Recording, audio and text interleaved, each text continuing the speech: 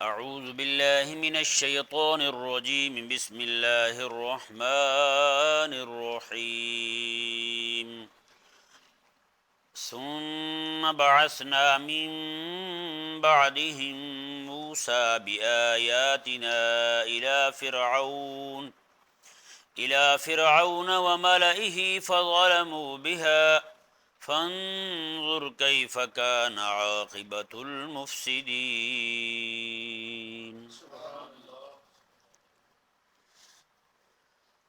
اللہ تبارک و تعالی نے یہاں سے حضرت سیدنا موسیٰ علیہ نبینا و علیہ الصلاۃ والسلام اور آپ کی دعوت حق اور فرعون کے ساتھ آپ کی ٹکر کو بیان فرمایا۔ یہ ذہن میں رہے، حضرت موسیٰ علیہ السلام کا قصہ جو ہے قرآن کریم میں سب سے زیادہ بیان کیا گیا ہے، کیونکہ ایک بہت بڑی قوت اور دجالی نظام کے ساتھ آپ ٹکرائے تھے۔ پورا ایک طاغوتی نظام تھا، فرعون جو خود کو الہ اور خدا اور معبود کہتا تھا، خود کو سجدہ کرواتا تھا، اس کے ساتھ حضرت موسیٰ علیہ السلام اور آپ کے بھائی حضرت سیدنا ہارون علیہ السلام نے ٹکر لی اور انہیں دعوت توحید دی۔ اللہ تبارک و تعالی نے یہاں پر یعنی سورہ اعراف شریف میں صرف ان کا مکالمہ بیان کیا ہے، باقی حضرت موسیٰ علیہ السلام کی ولادت باسعادت اور آپ کے اگلے مراحل جو ہیں باقی جو معاملات سارے ہوئے، تو ان کو اللہ تبارک و تعالی نے مختلف صورتوں کے اندر، سورہ طٰہٰ کے اندر، سورہ قصص کے اندر اور باقی صورتوں کے اندر اللہ تبارک و تعالی نے بیان فرمایا ہے۔ تو یہ حضرت سیدنا موسیٰ علیہ السلام کی جو تحریک تھی وہ ایک ایسے سمجھیں خطرناک بھی تھی۔ دو بندے کتنے بندے ہوتے ہیں اور آگے جو ہے پوری حکومت ہے، پوری مشنری ہے، ان کے ساتھ ٹکر لینا یہ کوئی معمولی بات نہیں ہے۔ ایک پوری تاریخ جو ہے آپ کی وہ عظیمت کی تحریک ہے، عظیمت کی تاریخ ہے۔ یہ کوئی چھوٹی بات تو نہیں ہے نا، اتنے بڑی جماعت سے، اتنے بڑے لشکر سے، اتنی بڑی حکومت سے ٹکر لے لینا، اور پوری مصر پر ان کی حکومت محیط ہے فرعونیوں کی۔ حضرت سیدنا موسیٰ علیہ السلام کے بارے میں اللہ تعالیٰ نے ارشاد فرمایا ثم بعثنا من بعدهم موسیٰ بآیاتنا الی فرعون وملئہ، میں کہ پھر ہم نے بھیجا ان کے بعد، کن کے بعد؟ ان انبیاء کے بعد جن کا ذکر ہم پہلے پڑھ چکے ہیں۔ میں ان کے بعد ہم نے موسیٰ علیہ السلام کو بھیجا اپنی آیات دے کر الی فرعون وملئہ، فرعون اور اس کے لشکر کی طرف۔ یہ ذہن میرے مالا کا جو لفظ ہے نا، یہ اس کے درباری جو چودھری بیٹھتے تھے ان کے لیے ہے، اس کی فوج کے جرنیل کرنیل جو تھے ان کے لیے ہے۔ یہ جتنے بھی وڈیرے لوگ ہوتے ہیں نا کرتا دھرتا، ان کو مالا کا لفظ بولتے ہیں، عربی زبان میں مالا ان کہتے ہیں۔ تو اللہ تعالیٰ نے ارشاد فرمایا کہ ہم نے موسیٰ علیہ السلام کو صرف فرعون کی طرف نہیں بھیجا، بلکہ اس کے جو وڈیرے تھے، اس کے نظام کو چلانے والے جو تھے ان کی طرف بھی بھیجا موسیٰ علیہ السلام کو۔ فظلموا بہا، تو انہوں نے ہماری آیتوں کے ساتھ ظلم کیا، ہماری آیتوں کے ساتھ ظلم کیا انہوں نے۔ فانظر کیف کان عاقبۃ المفسدین، تو پھر دیکھو فسادی لوگوں کا انجام کیا ہوا۔ یہ ذہن میں رہے کہ حضرت سیدنا موسیٰ علیہ السلام کا جو قصہ ہے نا، اللہ تعالیٰ نے صرف اتنا فرمایا کہ موسیٰ علیہ السلام کو بھیجا ہم نے اپنی آیتیں دے کر فرعون اور اس کے لشکر کی طرف، تو ساتھ ہی مکے کے کافروں کو فرمایا کہ دیکھو پھر ان کا انجام کیا ہوا فسادیوں کا۔ انجام نقد بنقد دکھا دیا گیا، انجام نقد بنقد سنا دیا گیا۔ اب ایسا نہیں ہوا کہ موسیٰ علیہ السلام جو ہے ان کے پاس آئے، ساتھ ہی اللہ تبارک و تعالیٰ نے انہیں غرق فرما دیا، ایسا بالکل نہیں ہوا، کیونکہ بیچ میں بہت لمبا چوڑا عرصہ گزرا ہے، کئی سالوں پر یہ بات محیط ہے۔ اتنا نہیں ہے کہ موسیٰ علیہ السلام آئے اور آپ نے معجزات ظاہر کیے، انہوں نے معجزات کا انکار کیا، رب تبارک و تعالیٰ نے ان کو غرق فرما دیا، نہیں۔ یہ قرآن کا ایک اعجاز ہے کہ قرآن کریم جو ہے بات کو مختصراً انداز میں بیان کرتا ہے۔ جیسے حضرت موسیٰ علیہ السلام کی قوم ہے پوری، 6 لاکھ سے زائد بندے ہیں۔ اب موسیٰ علیہ السلام جا رہے ہیں فرعون کے پاس، پہلے دعوت توحید دی، پھر جا کر کہا کہ ارسلوا معنا، ان کو میرے ساتھ بھیج دے، میری قوم کو، ان پر بڑا ظلم کرتا ہے تو، میرے ساتھ بھیج دے، میں جہاں چاہوں گا لے جاؤں گا، کہیں جا کے ان کو آباد کر لوں گا میں، ان کو چھوڑ دے تو۔ یہ بات کرنے سے پہلے بھی موسیٰ علیہ السلام نے اپنی قوم کو تیار کیا تھا۔ اب قوم میں تیار نہ ہو آزادی کے لیے، وہ خود ہی کہیں ہم تو بھئی یہاں درباری بنے ہوئے ہیں، باغات میں کھاتے پیتے ہیں، بڑے مزے کرتے ہیں، ہم تو یہاں سے نہیں جاتے۔ تو موسیٰ علیہ السلام کو جا کر کے حضرت فرعون کو جا کر کے موسیٰ علیہ السلام کہتے تو کیا فائدہ ہوتا؟ اگر آ کر واپس انہیں پروانہ دکھاتے، لو جی فرعون نے تمہیں آزاد کر دیا ہے، آگے سے قوم ہی کہتی ہم جانے کو تیار نہیں ہیں۔ تو اس سے ثابت ہوتا ہے کہ حضرت موسیٰ علیہ السلام نے ایک لمبا چوڑا عرصہ لگایا تھا اپنی قوم کو بھی تیار کرنے کے لیے، کہ تم جو ہے نا وہ غلام بننے کے لیے نہیں آئے دنیا میں، تمہارے لیے آزادی کی جد و جہد کرتا ہوں، کوشش کرتا ہوں، تمہیں یہاں سے نکلواتا ہوں میں۔ کیونکہ یہ بات آپ کے ذہن میں رہے، کسی غلام قوم کو اس کی غلامی کا احساس دلوانا نا، یہ بڑا اوکھا ہوتا ہے، بڑا مشکل کام ہوتا ہے کسی غلام کو یہ بتانا، اسے سمجھانا، یہ باور کرانا کہ تو غلام ہے بھائی، اور یہ غلامی کی زندگی گزارنا یہ اچھی بات نہیں ہے، آزادی کے لیے جد و جہد کرتا ہوں۔ جیسے آپ ہماری پاکستانی قوم کو دیکھ لیں، پوری قوم پیدا ہوتا بچہ بھی IMF کا غلام ہے، لاکھوں لاکھ روپے کا مقروض ہے، لیکن اس قوم کو نہیں سمجھ کہ ہم غلام ہیں۔ ساری قوم 14 اگست آ جائے، اس سے پہلے ہی جناب پیپڑیاں لے کے، کیا کہتے ہیں اس کو، بین کہتے ہیں، وہ لے کے باہر بجا رہے ہوتے ہیں، چھوٹے کیا بڑے کیا سارے کے سارے آزاد ہو گئے ہم۔ اب جس بندے کو یہ نہیں پتا کہ تیرا پیدا ہوتا بچہ بھی مقروض ہے IMF کا، یہودی کا، اور تو ایسی حرکتیں کر رہا ہے، تو آزادی منا رہا ہے، آزادی کس چیز کے منا رہا ہے یار؟ انگریز خود گیا ہے، اپنی روحانی اولاد یہاں چھوڑ گیا ہے، تو آزاد نہیں ہے، لیکن ان کو کون سمجھائے بندہ کہ تو آزاد نہیں ہے؟ تو غلام جو ہے نا، غلام کو یہ بتانا اور یہ سمجھانا کہ تو غلام ہے، کیونکہ اس کا ذہن بن چکا تھا غلامانہ۔ اس لیے اہل فکر لوگ جو نا وہ یہ کہتے ہیں کہ جب بھی آپ نے انقلاب کے لیے لوگوں کو تیار کرنا ہے تو عوام کو تیار کریں، بچوں کو تیار کریں، لڑکوں کو تیار کریں۔ بوڑھے لوگ جو ہے نا وہ غلامی پر رضامند ہو چکے ہوتے ہیں، انہوں نے اپنی زندگی غلامی میں گزاری ہوتی ہے، وہ کہتے ہیں ہم جتنی رہ گئی ہے وہ بھی اسی طرح ہی گزاریں گے۔ یہی وجہ ہے حضرت موسیٰ علیہ السلام جب لے کر گئے لوگوں کو، اپنے ساتھیوں کو، جا کر کہا کہ مسجد بیت المقدس میں داخل ہونا ہے، وہاں تم نے جہاد کرنا ہے، وہاں پورا علاقہ تمہارے ہاتھ آ جائے گا۔ سارے ہی اڑ گئے، انہوں نے کہا ہم یہاں بیٹھے ہیں، ہم نہیں جاتے۔ پھر ان کے جو بڑے لوگ تھے سارے کے سارے مرور زمانہ کے ساتھ وہ سارے مر گئے، دنیا سے رخصت ہو گئے۔ پیچھے جو طبقہ تیار ہوا ان کو حضرت یوشع بن نون علیہ السلام نے تیار کیا، ان کے اندر ہمت پیدا کی، وہ جناب کھڑے ہوئے جا کے جہاد کیا، اللہ تبارک و تعالیٰ نے انہیں فتح عطا فرما دی۔ تو یہ غلامی بھی کے اندر بوڑھا ہو جانا جو ہے نا، یہ بندے کو کبھی بھی اس کے پاؤں سے زنجیر غلامی کی نہیں نکلنے دیتا۔ وہ غلامی کی زنجیر نکالنے کی جد و جہد تو الگ بات ہے بھائی، اس کو یہ سمجھانا مشکل ہو جاتا ہے یہ غلامی آپ کے لیے عیب ہے، کبھی ماننے کو تیار نہیں ہوتا ہے یا نہیں ایسا؟ اللہ اکبر کبیرہ۔ تو یہ قرآن کریم جو ہے اس نے ایسے نہیں بیان کر دیا، صرف اتنا بیان کیا میں کہ موسیٰ علیہ السلام گئے اور جا کر کہا کہ انہیں چھوڑ دو، نہ، اس کے پیچھے بہت بڑی لمبی جد و جہد ہے۔ جیسے حضرت سیدنا مولانا جامی رحمہ اللہ بہت بڑے عظیم عاشق رسول ہیں، آپ کی ایک کتاب ہے یوسف زلیخا، فارسی زبان کے اندر کتاب ہے، بہت زبردست ہے، آپ کوشش کر کے ان کی کتابیں پڑھا کریں۔ جی نفحات الانس کتاب ہے آپ کی، بہت زبردست ہے، اولیاء اللہ کے حالات پر بہت شاندار کتاب ہے، وہ بھی فارسی میں ہے، ترجمہ اس کا ہو چکا ہے اردو زبان کے اندر۔ تو مولانا جامی رحمہ اللہ جو ہیں، آپ ایک جگہ کہیں بیٹھے ہوئے ہیں تو ایک بندہ جو ہے وہ بڑا ہی شاطر آپ کے ساتھ بیٹھا ہے، اس نے کہا کہ مولانا، روٹی تھوڑی تھی، اس نے کہا کہ کہیں یہ نہ ہو کہ مولانا جو ہیں یہ کھینچ جائیں، کیوں نہ مولانا سے کوئی قصہ پوچھ لوں۔ کہنے لگا حضرت آپ نے ایک کتاب لکھی ہے سنا یوسف زلیخا، آپ نے، میں ہاں لکھی ہے۔ تو کہنے لگا کوئی اس کے بارے میں ذرا سنائیں۔ اس کا ارادہ تھا بھی چلو جب کھانا شروع کریں گے تو میں صرف ہوں ہاں کہتا رہوں گا، آپ کو پتہ روٹی کھانے والا ہوں ہاں کہتا رہے تو زیادہ وقت نہیں لگتا، ہاں ہاں جی جی جی ٹھیک ہے، تو ساتھ بندہ لگا بھی رہتا ہے، جو قصہ سنانے والا ہوتا ہے وہ بیچارہ مصروف ہو جاتا ہے، اب وہ تو نہیں نا کچھ کر سکتا۔ تو وہ اب انہوں نے کیا کیا کہ مولانا جامی رحمہ اللہ کو کہنے لگا جی آپ وہ ذرا یوسف علیہ السلام والا قصہ سنائیں، وہ کتاب میں جو آپ نے لکھا ہے یوسف علیہ السلام۔ وہ حضرت مولانا جامی رحمہ اللہ وہ بھی بڑے دانا تھے، وہ بھی بھانپ گئے کہ یہ کیا چال چلنا چاہتا ہے۔ آپ رحمہ اللہ نے فرمایا کہ یعقوب علیہ السلام کے بیٹے تھے، وہ گم ہو گئے تھے، بعد میں مل گئے تھے، یہی لکھا ہے اس میں، اور کھانا شروع کر دیا۔ ٹھیک ہے نا جی. تو یہ اب بتائیں ذرا، خود انداز لگائیں، پوری کتاب میں یہی قصہ ہوگا؟ اتنا تو نہیں ہوگا نا. وہ تو بہت لمبا چوڑا 500-700 صفحات پر مشتمل کتاب جو ہوئی.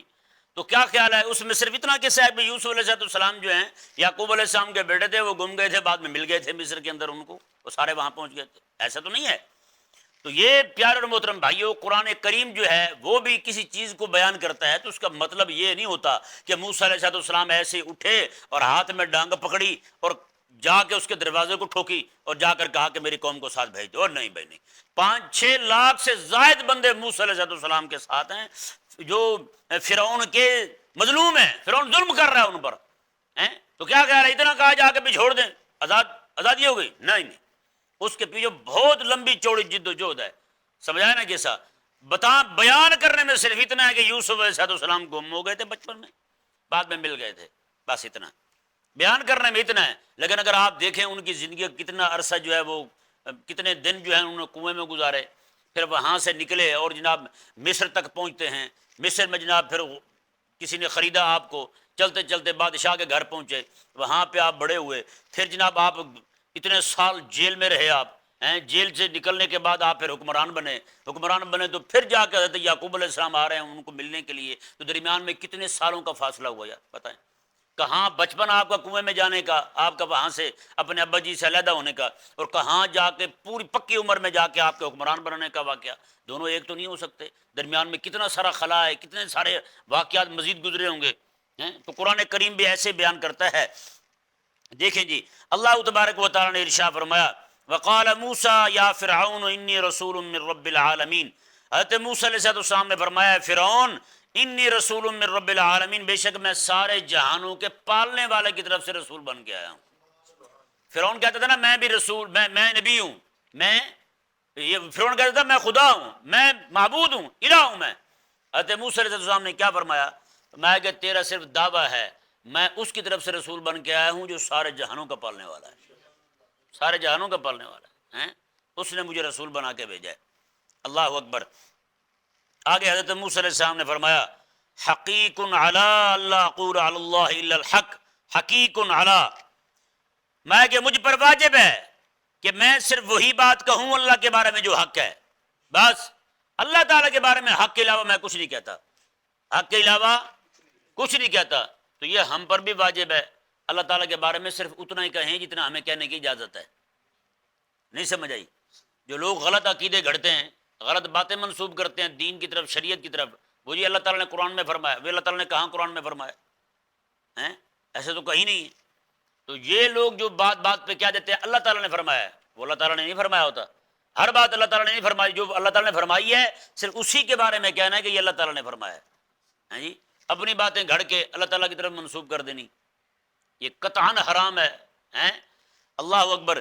اللہ تبارک و تعالی نے ارشاد فرمایا جی دیکھیں قد جئتکم ببینۃ من ربکم، تحقیق میں تمہارے پاس تمہارے رب کی طرف سے روشن دلیل یعنی معجزہ لے کر آیا ہوں. فارسل معی بنی اسرائیل، تو بنی اسرائیل کو میرے ساتھ بھیج دے، بنی اسرائیل کو میرے ساتھ بھیج دے. اب آگے کیا ہوا جی؟ فرعون نے کہا قال، بولا ان کنت جئت بآیۃ، اگر تو اس پر کوئی دلیل لے کر آیا ہے فات بہا، تو وہ لے آ ہمارے سامنے، ان کنت من الصادقین، اگر تو سچا ہے تو. موسیٰ علیہ السلام کو کہنے لگا یہ دیکھیں جیسے آپ نے اخباروں میں بھی پڑھا ہوگا فلاں ملک کا سفیر جی پاکستانی وزیر اعظم کو اپنی اسناد پیش کرتے ہوئے، اپنی اسناد پیش کرتے ہوئے، مطلب کیا ہے؟ یہ اسناد جو ہے نا وہ کاغذات ہوتے ہیں جو پچھلی جس حکومت کی طرف سے وہ سفیر آیا ہے ان کے دستخط اور مہریں ہوتی ہیں کہ یہ جو بندہ تمہارے پاس آ رہا ہے یہ واقعی ہم نے بھیجا ہے، یہ ہمارے ہی بارے میں بات کرنے آیا ہے، لہذا اس کی بات کو ہماری بات سمجھا جائے، اس کے قول کو ہمارا قول مانا جائے. جی تو یہ وہ دلیل ہوتی ہے اس کی کہ فلاں کی طرف سے آیا ہے، فلاں حکومت کی طرف سے آیا ہے، فلاں وزیر کی طرف سے آیا ہے. تو اس نے بھی یہی مطالبہ کیا، اس نے کہا کہ اگر تم یہ تمہارا یہ دعویٰ ہے کہ تم رب تعالیٰ کے سفیر اور رب تعالیٰ کے نبی بن کے آئے ہو تو پھر دلیل دو اس پر. حضرت موسیٰ علیہ السلام نے وہیں پر 2 دلیلیں ظاہر فرمائیں. کتنی دلیلیں؟ 2 دلیلیں ظاہر فرمائیں. پہلی یہ کہ فالقا عصاہ فاذا ہی ثعبان مبین، حضرت موسیٰ علیہ السلام نے اپنا عصا ڈالا فَإِذَا هِيَ ثُعْبَانٌ مُبِينٌ، تو وہ بہت بڑا اژدہا بن گیا. کیا بن گیا؟ اژدہا مبین. مبین مطلب یہ ہے اس کے اژدہا ہونے میں کسی طرح کا کوئی شک نہیں رہا. اس کے اژدہا ہونے میں کسی طرح کا کوئی شک نہیں رہا. ایسا اژدہا بن گیا. یہ ذہن میرے موسیٰ علیہ السلام نے جو فرعون کے سامنے آ کر اسے اژدہا بنایا تھا، اس سے پہلے اللہ تبارک و تعالیٰ نے ایک بار حضرت موسیٰ علیہ السلام سے یہ اژدہا بنوایا تھا. میں کہ اس کو نیچے پھینکو یہ اژدہا بن جائے گا. وہ اژدہا بنا تو موسیٰ علیہ السلام جو ہیں آپ کے دل میں خوف پیدا ہوا ہیں. تو اللہ تعالیٰ نے فرمایا کہ یا موسیٰ اقبل ولا تخف، میں کہ موسیٰ آگے ہو، ڈرنا، کچھ نہیں ہونے والا ہیں. اللہ تعالیٰ نے فرمایا خذھا، اسے پکڑ، اسے پکڑ. موسیٰ علیہ السلام اسے پکڑنے لگے نا اژدہا کو، اس سانپ کو، تو آپ نے کپڑا اپنے ہاتھ پہ باندھ لیا، کپڑے کے ساتھ پکڑنے لگے. تو ساتھ جبریل امین علیہ السلام کھڑے تھے. وہ کہنے لگے کہ اگر یہ آپ کو تکلیف پہنچانا چاہے تو یہ کپڑے کے ساتھ نہیں پہنچا سکتا آپ کو ہیں. اگر اللہ تبارک و تعالیٰ ہی چاہے کہ آپ کو تکلیف پہنچائے، یہ گزند پہنچائے، تو کیا خیال ہے آپ بچ جائیں گے پھر؟ حضرت موسیٰ علیہ السلام نے فرمایا کہ دیکھو بات یہ ہے، ہم کمزور انسان ہیں، تو کمزور انسان جو ہے نا وہ اسباب کو اپنے کام میں لاتا ہے. وہ مجھے بھی پتا ہے کہ اللہ تبارک و تعالیٰ اگر نہ بچانا چاہے تو میں نہیں بچ سکتا، لیکن کمزور انسان جو ہوتا ہے وہ اپنے اسباب کو ضرور اپنے یعنی کہ بروئے کار لاتا ہے. ہاں جی. پھر اللہ تبارک و تعالیٰ نے فرمایا کہ اسے پکڑیں، اور حضرت موسیٰ علیہ السلام نے اسے پکڑ لیا. ہاں جی. بغیر کپڑے کے ایسے پکڑا جیسے اپنے آپ کے ہاتھ میں ہے. اللہ تعالیٰ نے فرما دیا آپ اپنے ہاتھ میں پکڑیں گے، سنعیدھا سیرتھا الاولیٰ، ہم اس کو پہلی حالت پر لے آئیں گے. وہی ہوا، موسیٰ علیہ السلام نے پکڑا، دوبارہ پھر ایسا بن گیا. یہ ذہن میں رہے یہ ایسا جو ہے نا حضرت موسیٰ علیہ السلام کے پاس جو تھا وہ دو منہ تھا. کتنے منہ والا تھا؟ دو منہ والا تھا. آپ نے کبھی دیکھا ہوگا بکریاں چرانے والے جو ہیں جب بکریاں چرا رہے ہوتے ہیں تو اسا ان کے پاس ہوتا ہے، لکڑی ڈانگ وہ ان کے پاس ہوتی ہے. تو کبھی کبھار جناب اس طرح کر کے کھڑے ہو جاتے ہیں، کبھی جناب بغل کے نیچے دے لیتے ہیں، اس طرح کر کے کھڑے ہو جاتے ہیں. آدھے دھڑ کا وزن جو ہے وہ اس پر ڈال لیتے ہیں، آدھے کا باقی پر ہوتا ہے، تو اس طرح تھکاوٹ نہیں ہوتی انہیں. حضرت موسیٰ علیہ السلام کا جو اسا تھا وہ دو شاخہ تھا، اس طرح کر کے اس کی دو شاخیں تھیں. حضرت موسیٰ علیہ السلام جب کھڑے ہوتے تھے تو اس کو اس طرح کر کے شاخیں تھی نا، اس طرح کر کے کر لیتے تھے، اس طرح کھڑے ہو جاتے تھے. یہ آپ کا طریقہ مبارکہ تھا حضرت موسیٰ علیہ السلام کا ہے جی. اور یہ آپ کو پتہ ہے کہ جب ندی سے گزرتے تو ندی کے اندر اس طرح کر کے اس کو ڈال کے پانی کا اندازہ ہو جاتا کہ پانی کتنا ہے جی. نکلنے میں بھی آسانی ہو جاتی، جانوروں کو، درندے وغیرہ جو ہیں ان کو بھگانے میں بھی آسانی ہو جاتی. تو یہ طریقہ مبارکہ تھا حضرت سیدنا موسیٰ علیہ السلام کا. اور وہ عصا شریفہ حضرت موسیٰ علیہ السلام کا وہ آپ کو حضرت شعیب علیہ السلام سے ملا تھا. کن سے ملا تھا؟ شعیب علیہ السلام سے ملا تھا. شعیب علیہ السلام کو وہ عصا حضرت آدم علیہ السلام سے چلتا چلتا ملا تھا، اور حضرت آدم علیہ السلام وہ عصا جنت سے لے کر آئے تھے. ہاں وہ عصا جنت شریف سے آیا تھا، تو وہی جو ہے نا آپ کے پاس تھا حضرت موسیٰ علیہ السلام کے پاس. اچھا اب یہ یہاں پہ آیت مبارکہ جو میں نے آپ کو بتائی نا خذھا، اسے پکڑو. خذھا، یہ ہا ضمیر جو ہے یہ مؤنث کی ہے، تو اژدہا کے لیے اللہ تعالیٰ نے مؤنث کی ضمیر استعمال فرمائی ہیں. اب یہاں پہ دیکھیں کئی لوگوں کو بڑا شوق ہوتا ہے قرآن سے فال نکالنے کا، قرآن سے فال نکالنے کا بڑا شوق ہوتا ہے. قرآن سے فال نکالنا منع ہے، قرآن سے فال نہیں نکال سکتے. سمجھایا نا مسئلہ؟ علماء نے منع کیا ہے. ایک بندہ جو ہے نا اسی طرح ایک عورت کے ساتھ اس کا کوئی محبت کا معاملہ تھا، اب وہ چاہتا تھا اسے بیوی بنا لے، تو اس نے کہا کہ میں کیوں نہ قرآن سے فال نکال لوں، جو قرآن کہے گا میں وہی کر لوں گا. اب اس نے آیت مبارکہ نکالی، جیسے قرآن کھولا نا فوراً یہی آیت مبارکہ سامنے آئی، خذھا، اس اژدہا کو پکڑ لو، اس اژدہا کو، بڑے سانپ کو پکڑ لو. تو وہ بڑا خوش ہوا، اس نے کہا جی چلو میری بیوی ناگن بن گئی ہے لیکن پکڑنا تو رب تعالیٰ نے فرما دیا نا مجھے. اب اس نے جا کے اس کے ساتھ نکاح کر لیا. اب بھئی یہ کوئی طریقہ نہیں ہے کہ قرآن سے فال نکالنے کا. قرآن پاک جو ہے یہ تمہارے قصے بیان کرنے کے لیے تھوڑا ہے. یہ قرآن کریم میں تمہارے معاملات ہوں بھی تو اس تک تمہاری رسائی کیسے ہو سکتی ہے؟ ممکن ہے کہ تم رسائی پا سکو؟ حضرت مولا علی رضی اللہ تعالیٰ عنہ ارشاد فرماتے ہیں کہ اللہ تبارک و تعالیٰ نے قرآن کریم میں ہر شے کو بیان کیا ہے، لیکن ہماری عقلیں قاصر ہیں کہ ہم وہاں تک پہنچ سکیں. سمجھ آ گئے نا جی؟ ہاں علماء موجود ہیں، اہل علم موجود ہیں، وہ نکال لیتے ہیں. نکال مطلب یہ فال نہیں نکالتے، قرآن سے سمجھ آتے ہیں کہ کون کون سا کیا واقعہ کہاں بیان ہوا ہے. جی قرآن کریم جو کن کن معاملات میں کن کن طریقوں سے رہنمائی کرتا ہے وہ یہ نکال لیتے ہیں، لیکن اس طرح کر کے لوگوں کا فال نکالنا قرآن کریم سے علماء نے اس کو مکروہ قرار دیا ہے۔ کیا قرار دیا ہے؟ آج لوگوں نے کہا کہ فلاں بزرگوں کا فال کا طریقہ ہے، امام جعفر صادق کا فال نکالنے کا طریقہ، بھائی کچھ بھی نہیں ہے ایسا، ٹھیک ہے؟ یہ سارے جو جیلی عامل ہیں نا، ان کا بنایا ہوا یہ ڈھکوسلا ہے، اس کی کوئی حقیقت نہیں ہے۔ حضرت موسیٰ علیہ السلام نے وہاں پر اپنے عصا کو اژدہا بنا کے دکھایا، اور دوسرا معجزہ آپ نے یہ دکھایا، آپ کا رنگ گندمی تھا۔ کون سا رنگ تھا؟ گندم کا رنگ نہیں ہوتا جیسے، ایسا رنگ تھا آپ کا حضرت موسیٰ علیہ السلام کا، اور شدید گندمی رنگ تھا۔ تو آپ جو ہے نا اپنا ہاتھ اس طرح کر کے گریبان میں ڈالتے تھے، باہر نکالتے تھے تو وہ ہاتھ سورج سے بھی زیادہ چمک رہا ہوتا تھا، اس طرح کر کے دوبارہ پھر ڈالتے تو وہ بجھ جاتا، یعنی اس کا نور جو ہے نا وہ زائل ہو جاتا۔ یہ معجزہ اللہ تبارک و تعالیٰ نے آپ کو عطا فرمایا تھا۔ اللہ تعالیٰ نے ارشاد میں وَنَازَعَ يَدَهُ فَإِذَا هِيَ بَيْضَاءُ لِلنَّاظِرِينَ، میں کہ اور انہوں نے اپنا ہاتھ کھینچا، بس اچانک وہ چمکتا ہوا ہو گیا دیکھنے والوں کے لیے، دیکھنے والوں کے لیے وہ ہاتھ چمکنے لگا۔ جی، تو یہ دو معجزات آپ نے وہاں پر ظاہر فرمائے تاکہ ان کو پتہ چل جائے کہ حضرت موسیٰ علیہ السلام جو ہیں، آپ نے جو دعوی نبوت کیا ہے وہ ایسے ہی نہیں کر دیا، بلکہ خالق اور مالک نے آپ کو نبوت کے دعوے کا حکم دیا ہے۔ اللہ تبارک و تعالی سمجھنے کی توفیق